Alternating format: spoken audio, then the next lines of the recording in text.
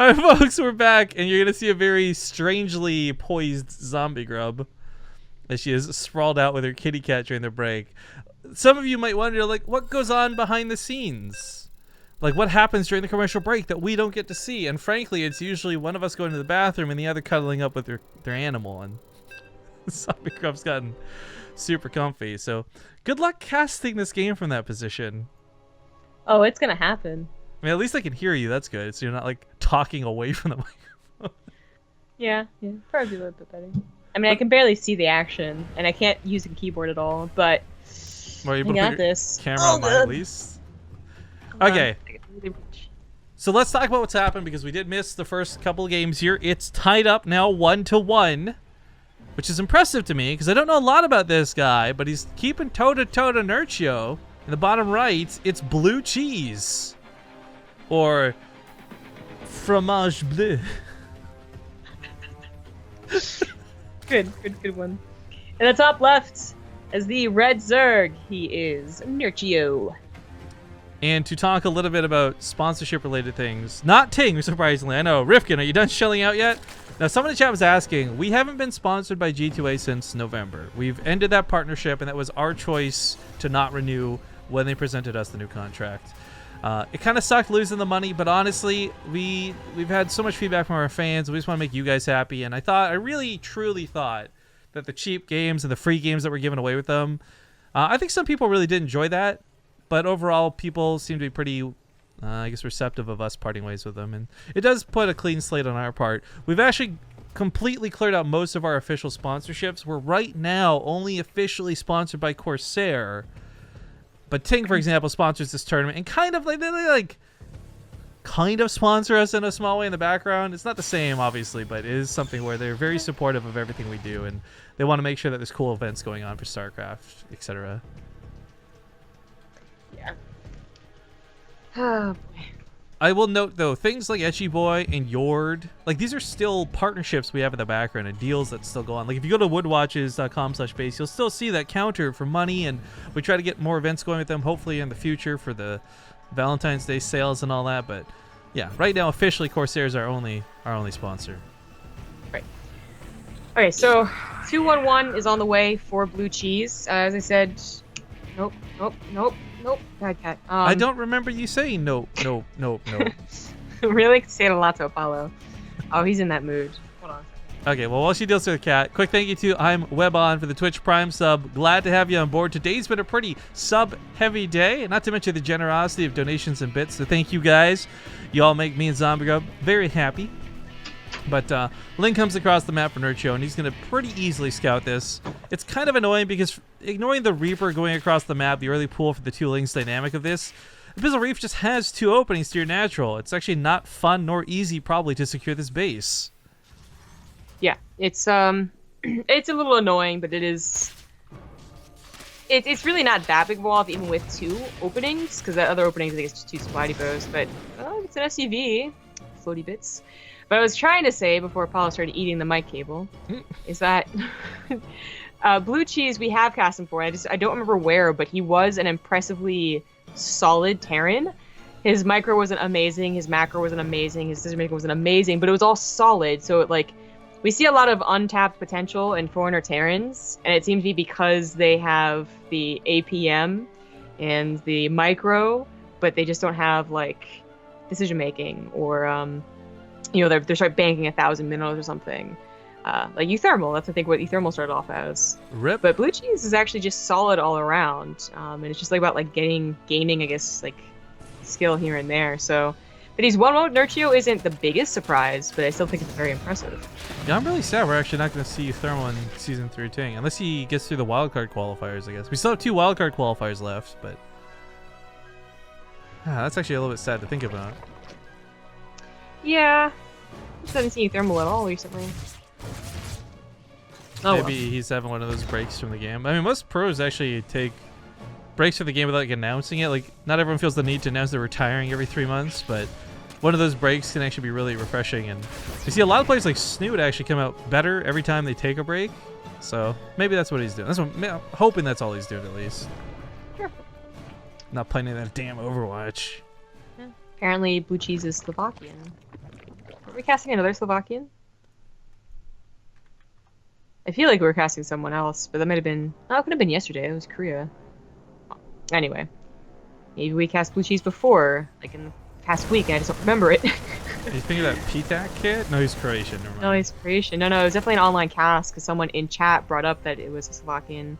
But it doesn't matter. I don't remember, but I do remember BlueCheese overall. So, as I was saying, this isn't like actually the biggest wall off. It's very funny, but it's not even an extra supply depot, I don't think, compared to most other wall offs. Okay, he actually gets the wall off. Damn. Scary. That would have been annoying to deal with, but it actually wouldn't have been too bad.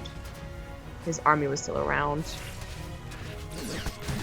What? Oh, I almost killed the SCV. There we go. The links to the SCV. Quick reminder, of course, that this being Abyssal Reef is all underwater, and you're going to see a lot of corpses float up upon dying, kind of like we saw the bits and pieces over there. It's a nice little cool effect of the map. I wish more maps had things like this. Yeah, but like, what else would you have?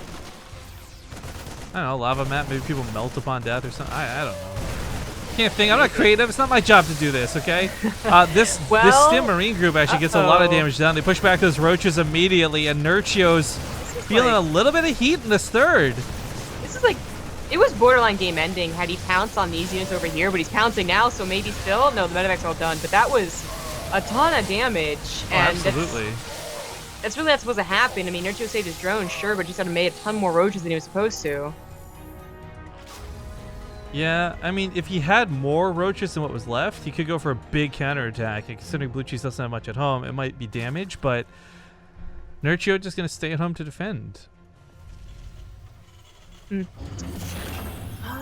that was a bit of a concern. And, you know, clearly Nerchio is going for roaches. BlueCheese should probably start adding on tanks. To play only bio against roaches is... It's not just, like, risky, it's totally unnecessary, in my opinion. Tanks are so good against roaches. Why not go for them? So there he starts production now. And this could still be a very long game. Like, BlueCheese got a lot of momentum there, and maybe he could have started chasing down the reinforcements, but as it is, Nerchio will probably just recover. Well, this drop on the north side might be able to clean up some of the creep tumors, but I can't imagine it getting much further than that. Tank production does finally kick up, but 3 barracks were also placed down just recently, so there are add-ons coming on in, and this is hardly a live levels of beautiful Sim City, but it's nice production back at home for BlueCheese. No, nothing can beat a live SimCity. Oh, dude, again, it's like eyeball ASMR. It was beautiful. It was beautiful. Dude, someone sent me a pretty funny tweet, right? Speaking of alive, I guess. Whatever. It's kind of a spoiler, though. Like, it says who is fighting who. I'll save it for later. Save it for later. Damn. Okay, well, anyway, Queen's actually gonna go down here. 1, maybe 2. He's sacrificing them. I thought he was gonna sacrifice the Marines to do it, but he saves them. Yeah, get the medevac out alive is going to repair that. That's so freaking low. I was actually just thinking about this, too, while we were looking at the map earlier. There's not a lot of crazy dead space on this map. Like, we see some of the other maps are making those joke bets. Like, oh, do you think the medevac gets out alive? But you can't really hide in the corners of this map so easily, I don't think. Oh, it's actually a lot of... not a lot of dead space, and a lot of bridges. What? Oh, the flying corpse. Right? Yeah, just pan over and there's like a corpse in front of the camera. Right, so there's this map is pretty much like all ridges and chokes and like actually condensed space. Like, I was even looking at the main of BlueCheese and thinking, wow, it doesn't have a lot of space to SimCity. This third is a very... It's not, I think, the one that everyone's going to predict, right? Nerchio predicted the other third. But this one could make more sense. I'm not entirely sure, to be honest, because now he's on the low ground. I don't... Yeah, I can see some ways advantages could be taken to the top. Hell, just even corrosive bile and specialist auto attacks could rain down from above. Yeah. It does put him closer to his opponents as they both expanded. This wall off is really weird too, because I mean, I really imagine Nerchio hitting from, like, you knock down these rocks and you attack them up here or over here, not necessarily from the left. Well, 2-2 starts. Nerchio is transitioning to Ling upgrades, Banelings, and Infestors.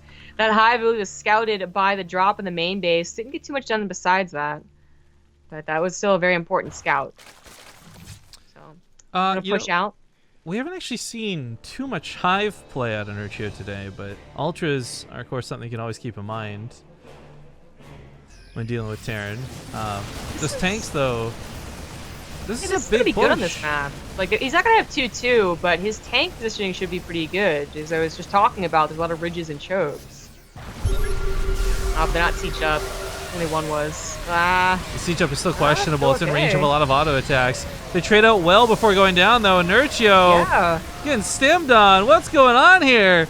Ravager Corpse is flying away, floating away, I guess. Imagine what would have happened if those two tanks were sieged already. He'd probably have won this game. He's going to retreat, but his reinforcements really aren't that far back. And then the second time he's going to attack in, he will have 2-2. So today I learned that the corpses flying away on the screen are in fact faster than the medevacs boost. Okay, then. Good to know. We're pushing on the left side once again. Nerchio just took a lot of his own units away to try and get a counterattack off. Unfortunately, that's going to take away from his defense. Middle of the map, one siege tank's already sieged, so we'll catch some of these. The lighting on these Ravagers, by the way, makes them look so much cooler than normal. Yes. Tanks take on the Ravagers, while the Bio takes on the Roaches and the Queens. Actually, the way it's supposed to go, but that's what happened. And now he's starting to leapfrog. He's going to get those tanks up there now.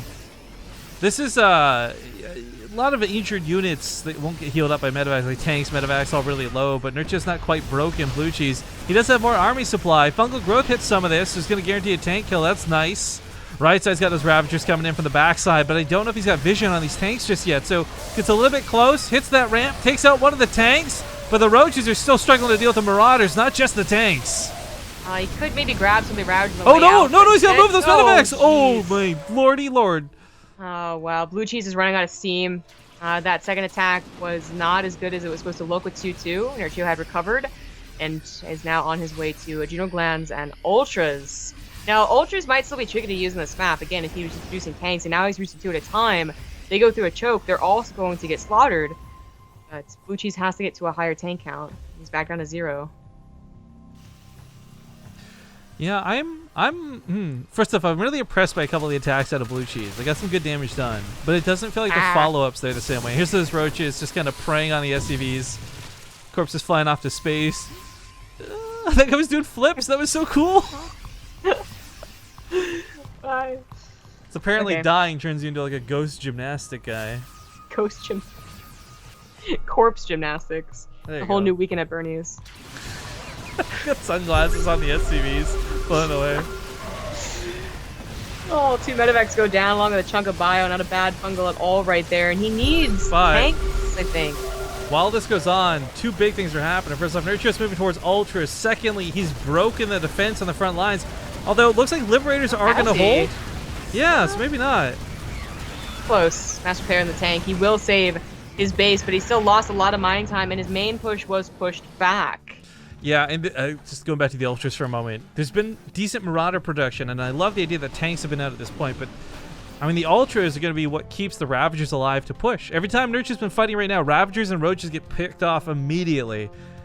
You know, he's going to have to spend so much time actually killing those Ultras, which, by the way, looks super cool on this map. I'm not sure what it is with the lighting and the blue tint, but this red looks awesome. And it does. I like the collector's edition here. A double Spire in the way for Nerchio, who will be advancing to Brood Lords, and I think Brood Lords will absolutely take advantage of this. Oh, I hope he kills an Ultras. I want to see an Ultras corpse go flying on this map. And he's surrounded. I don't know if he's going to go in. Yeah, maybe we're not going to see any Ultras die. Okay, one does deliver. It just burns on the ground. How do you burn underwater? Let's talk about that for a second. I think an Ultra would have to be, like, hit by an explosion. Well, GG's. Nerchio going to take the series 2-1 and move on to that final match here in the losers bracket. Last chance to qualify in a best of 3 coming up against DNS. Who, by the way, like DNS actually showed some pretty promising games. I actually wouldn't be surprised if Nerchio didn't have an easy time in these finals here. Yeah, I agree, but Nerchio is a different player than Snoot, so maybe it'll be even worse. Who knows? Yeah, I mean, in fairness, like game 2 was like real messy, and I don't think we would see Nerchio take those same risks, but I don't want to call it too soon. I really have no idea how this is going to go. I would normally say like Nerchio's going to steamroll this, but again, DNS has been showing better games than I expected. So It's for you guys to think about, contemplate who you want to bet your partoofs on. We're going to go to a small commercial break, and in 2 minutes, maybe a little bit more, we'll be back as soon as they're done their vetoes with the final game. See you soon.